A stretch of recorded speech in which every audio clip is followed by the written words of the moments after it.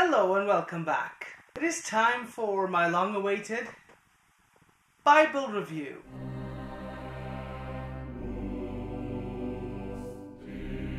I really hope you are as excited as I am to see what this little bestseller has to offer. The first book of Moses, called Genesis, Part 1.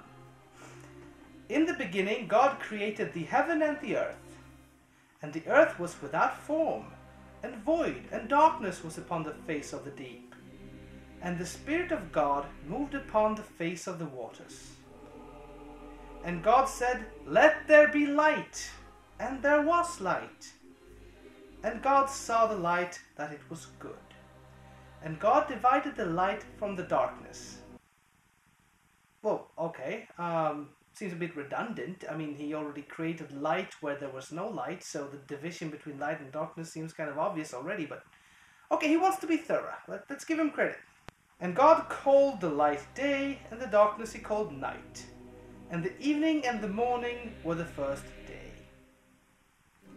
And God said, "Let there be a firmament in the midst of the waters, and let it divide the waters from the waters."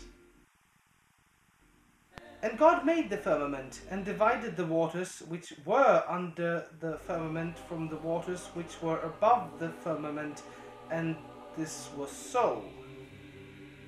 And God called the firmament heaven, and the evening and the morning were the second day. Hang on! What, he made the heavens underwater? Heaven is underwater? That's actually surprising. This book is already surprising me.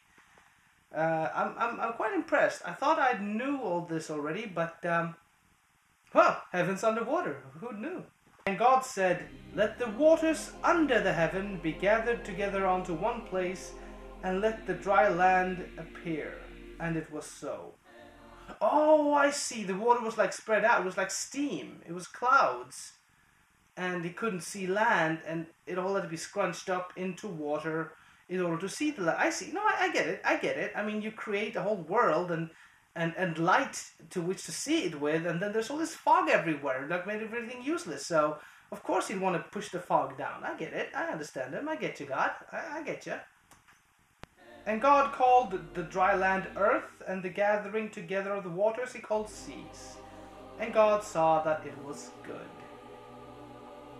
And God said, "Let the earth bring forth grass, the herb yielding seed, and the fruit tree yielding fruit after his kind, whose seed is in itself upon the earth." And it was so. And the earth brought forth grass, and herb yielding seed after his kind, and the tree yielding fruit, whose seed was in itself after his kind. And God saw that it was good. I'm not sure he really had to write that twice, but I'm sure he had a reason for that. And the evening and the morning were the third day. And God said, "Let there be lights in the firmament of the heaven to divide the day from the night, and let them be for signs, and for seasons, and for days and years, and let them be for lights in the firmament of the heaven to give light upon the earth." And it was so. In short, he made the stars. I'm not sure why he just said he made the stars, but okay. And God made two great lights, the greater light to rule the day, and the lesser to rule the night. He made the stars also. So why did he need that long, cumbersome description if he was just going to say he made the stars also afterwards? You know, I have the feeling this book didn't need to be this long. And God set them in the firmament of the heaven to give light upon the earth. So he put the stars inside heaven.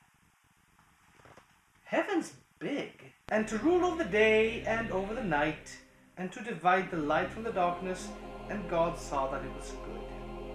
And the evening and the morning was the fourth day.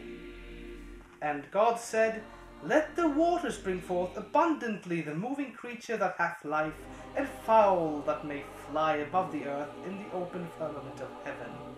And God created great whales, and every living creature that moveth, which the waters brought forth abundantly after their kind, and every winged fowl after his kind. And God saw that it was good. And God blessed them, saying, "Be fruitful, and multiply." Giggity. "And fill the waters in the seas, and let fowl multiply in the earth." And the evening and the morning were the 5th day. And God said, Let the earth bring forth the living creature after his kind, cattle and creeping thing, and beast of the earth after his kind. And it was so. And God made the beast of the earth after his kind, and cattle after their kind, and everything that creepeth upon the earth after his kind. And God saw that it was good.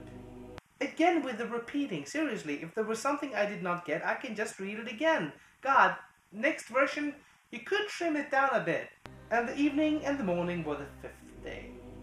And God said, Let the earth bring forth the living creature of his kind, cattle and creeping thing and beast of the earth after his kind. And this was so. And God made the beast of the earth after his kind, and cattle after their kind, and everything that creepeth upon the earth after his kind. And God saw that it was good. And God said, Let us make man in our image. Wait, our image? Doesn't it suggest more than one? Well, who am I to question the Bible? It is the good book after all.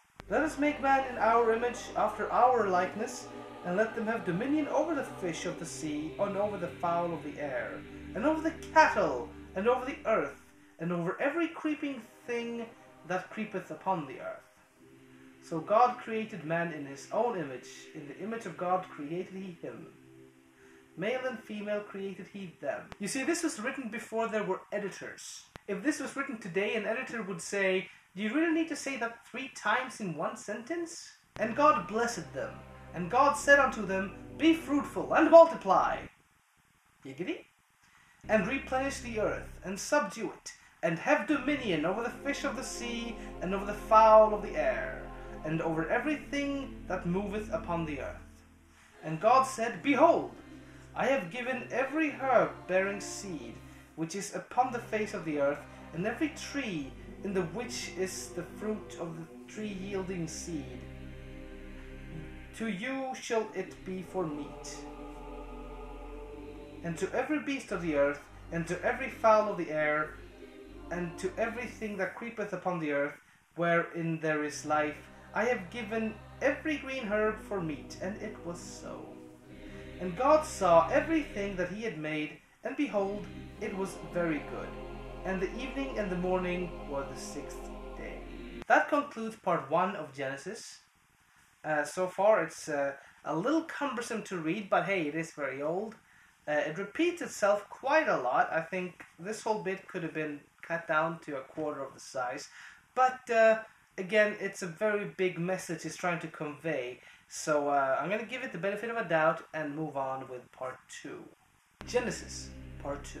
Thus the heavens and the earth were finished, and all the host of them. And on the 7th day God ended his work which he had made, and he rested on the 7th day from all his work which he had made. And God blessed the 7th day and sanctified it, because that in it he had rested from all his work which God created and made. See, again, he says everything more than once. These are the generations of the heavens and the earth when they were created. In the day that the Lord God made the earth and the heavens, and every plant of the field before it was in the earth, and every herb on the field before it grew, for the Lord God had not caused it to rain upon the earth, and there was not a man to till the ground. But there went up a mist from the earth, and watered the whole face of the ground. And the Lord God formed man out of the dust of the ground, and breathed into his nostrils the breath of life. And man became a living soul. And the Lord God planted a garden eastward. Hang on a minute. You just created loads of people in part 1, and now you're creating Adam? Let's go back a bit. So God created man in his own image. In the image of God created he him. Male and female created he them. And God blessed them, and God said unto them, Be fruitful and multiply, and replenish the earth. This was all before he created Adam. I cannot count the number of times that priests and other Christians have told me and tried to convince me that Adam and Eve were the first human beings on the planet. But here, on the first page of the actual Bible, it says God created loads of people and told them to multiply, giggity, before creating Adam. Christians, Before you start trying to convince me that the Bible is true, perhaps you should try reading it. I'm just saying, if I was God and described all my work very detailed like this in a book, and everyone following me says, yeah, that book's great, and nobody actually knew what it said, I'd be pretty pissed off. Can you imagine having to answer the prayers of the people who haven't actually read the Bible? It'd be kind of like working in tech support, having to tell the people how to turn their computer on, who obviously haven't even looked at the manual. Okay, sorry, moving on. I'm not blaming you, God. It's just that your followers are a little bit dim-witted sometimes. Moving on. And the Lord God planted a garden eastward in Eden, and there he put the man whom he had formed. And out of the ground made the Lord God to grow every tree that is pleasant to the sight, and good for food, and tree of life also in the midst of the garden, and the tree of knowledge of good and evil. And a river went out of Eden to water the garden, and from thence it was parted, and became into 4 heads. The name of the first is Pison, that is which compasseth the whole land of Havilah, where there is gold. And the gold of that land is good. There is bdellium and the onyx stone. And the name of the second river is Gihon. The same is that compasseth the whole land of Ethiopia. And the name of the third river is Hiddekel, that is in which goeth towards the east of Assyria. And the fourth river is Euphrates. And the Lord God took the man and put him into the garden of Eden to dress it and keep it. So Adam's a gardener. And the Lord God commanded the man, saying, Of every tree of the garden thou mayest freely eat, but of the tree of the knowledge of good and evil thou shalt not eat of it. For the day that thou eatest thereof thou shalt surely die. And the Lord God said, It is not good that the man should be alone. I will make him an helpmeet for him. And out of the ground the Lord God formed every beast of the field and every fowl of the air, and brought them unto Adam to see what he would call them. And whatsoever Adam called every living creature, that was the name thereof. And Adam gave names to all cattle and the fowl of the air, and to every beast of the field. But for Adam there was not found an helpmeet for him. And the Lord God caused a deep sleep to fall upon Adam, and he slept, and took one of his ribs, and closed up the flesh instead thereof. And the rib, which the Lord God had taken from man, made he a woman, and brought her unto the man. And Adam said, This is now bone of my bones, and flesh of my flesh. She shall be called woman, because she was taken out of man. Therefore shall a man leave his father and his mother, and shall cleave unto his wife, and they shall be of one flesh. Giggity. And they were both naked, the man and his wife, and were not ashamed. Those damn hippies.